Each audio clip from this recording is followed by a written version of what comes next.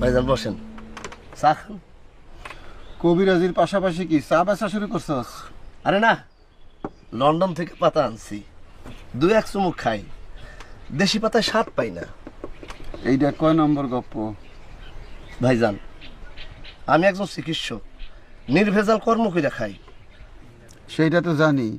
বাজার থেকে মাথা ব্যথার বড়ি কিনা হামান দিস্তায় স্বেচ্ছা কাস্টমারে দিয়া কস বনৌষধি। আরে বনের বৃক্ষলতা দিতে এসব বড়ি বানায়।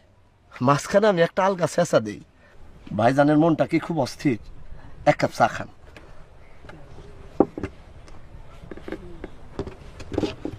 ধরেন, খাইয়া বিচার করেন এটা লন্ডনী পাতা কিনা।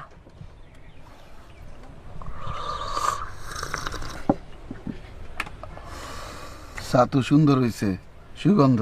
পাতা পাইছিস কই? লন্ডনে আমার মামা তুমেন থাকে, কেরামত মামা বেড়াইতে গেছিল, সে নিয়ে আসছে। সিটার বাটপারের মামা খালুর কোনো অভাব হয় না। কারে যে মামা বানাইছিস কাটা জানে। দেখেন ভাইজান, আমি আত্মীয় স্বজন নিয়ে মিশা কথা কই না।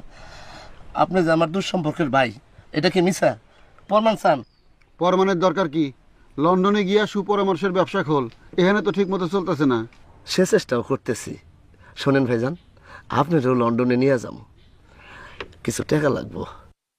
লন্ডনের জন্য না, আপনার বিয়ার খরচাপাতি। আর একটা টাকাও দিমু না।